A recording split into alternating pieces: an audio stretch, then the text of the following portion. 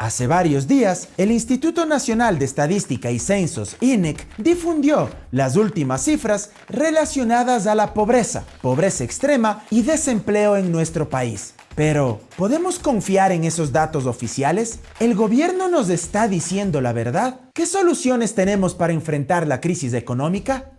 Hola, soy Mauro Cabezón Andino y hoy vamos a echarle cabeza a este asunto.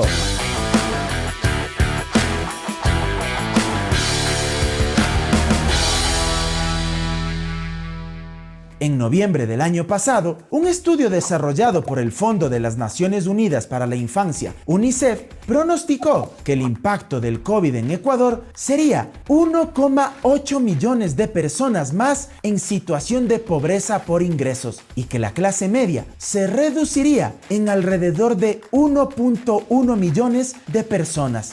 Una vez publicadas las cifras del INEC, la proyección de UNICEF no estuvo muy alejada de nuestra realidad. En diciembre de 2020, la pobreza se situó en el 32,4%. Si la comparamos con el 2017, cuando se ubicaba en el 21,5%, evidenciamos que existe un incremento de 11 puntos. Esto significa que ahora tenemos más de 5.600.000 personas sosteniéndose con un ingreso inferior a $84 mensuales y superior a apenas $47 por mes.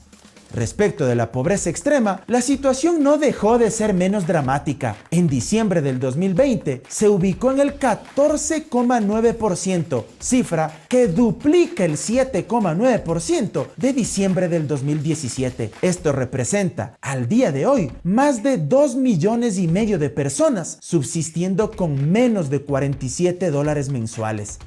En total, hay más de 8.150.000 personas en condiciones de pobreza y extrema pobreza. Es decir, casi la mitad de los ecuatorianos y ecuatorianas luchan por sobrevivir con $1.50 y casi $3 diarios. Sin duda, los indicadores demuestran una precarización exponencial de la vida de millones de ecuatorianos y los niveles de desigualdad son similares a los de diciembre de 2010. Eso refleja un retroceso abismal de una década. Pero la pobreza no solo se mide sobre la base de los ingresos, también existe la pobreza multidimensional, cuando los hogares sufren de privaciones en educación, trabajo y seguridad social, en salud, agua, alimentación o en vivienda y ambiente sano. El estudio de UNICEF al que hice referencia calculó que 3,1 millones de niños, niñas y adolescentes caerían en pobreza multidimensional al finalizar el año 2020. Dicho contexto se veía amplificado por la pandemia del COVID-19. Entre las causas del problema encontrábamos la reducción del empleo y de los ingresos familiares, aumento del trabajo infantil y deserción del sistema educativo. UNICEF sugirió que Ecuador debería destinar una inversión del 2,4% del Producto Interno Bruto, es decir, algo más de $2.500 millones para enfrentar los efectos de la crisis sanitaria. Según el INEC, a diciembre de 2020, la pobreza multidimensional superó el 40%, con un 26,8% en el área urbana y un 68,7% en el sector rural. En cambio, para esa fecha, la pobreza extrema multidimensional fue del 17,8%, con un 5,9% en el área urbana y un 43,3% en el sector rural. En el ámbito laboral, se ha indicado que la tasa de desempleo bordea el 5% y la de subempleo el 22,7%, aunque expertos como Byron Villasís han cuestionado estas cifras, indicando que carecen de confiabilidad y sustento técnico.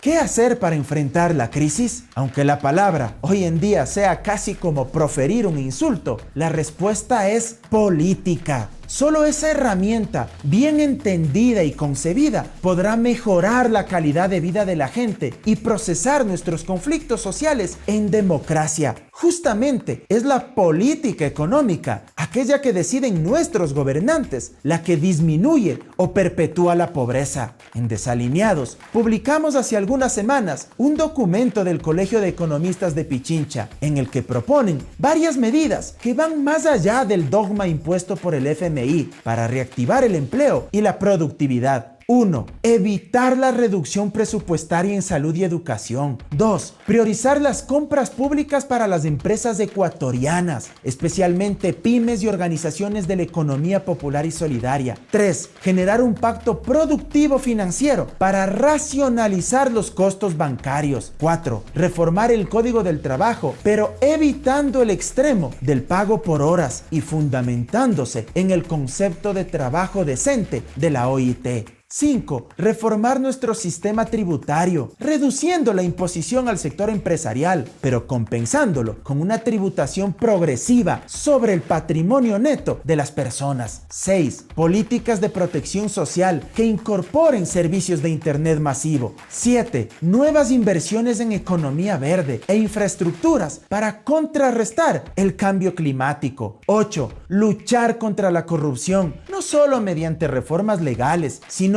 institucionales y educativas. Del nefasto gobierno de Lenín Moreno no podemos esperar nada, tan solo que no hundan más al pueblo ecuatoriano, que cumplan con las vacunas ofrecidas y que no sigan rifándose la privatización de los sectores estratégicos. Por supuesto, el futuro no solo dependerá del nuevo régimen, sino también de nosotros como ciudadanos. En medio de la peor crisis de nuestra historia, necesitaremos mucha empatía y sensibilidad con la realidad del otro. Si no forjamos un camino de unidad, solidaridad y justicia social, corremos el gravísimo riesgo de destruirnos por completo. Si las medidas económicas que se adopten profundizan la desigualdad, mucho me temo que nuestro tejido social terminará por romperse. Si el actual gobierno, sus aliados políticos de derecha o el próximo mandatario insisten en implementar políticas neoliberales, más temprano que tarde volveremos a vivir un estallido similar al de octubre de 2019. La protesta social no se gesta ni se alumbra el día de las movilizaciones. Nace al calor de la injusticia y la miseria. Ese tipo de violencia política ejercida desde el poder es más nociva y oprobiosa que cualquier insurrección popular. Una auténtica democracia no es aquella donde todos tienen lo mismo en términos materiales. El igualitarismo absoluto es una utopía, pero lo que sí implica una verdadera democracia es que todos los hombres y mujeres de una sociedad tengan los mismos derechos y oportunidades para vivir con dignidad. ¡Hasta la próxima!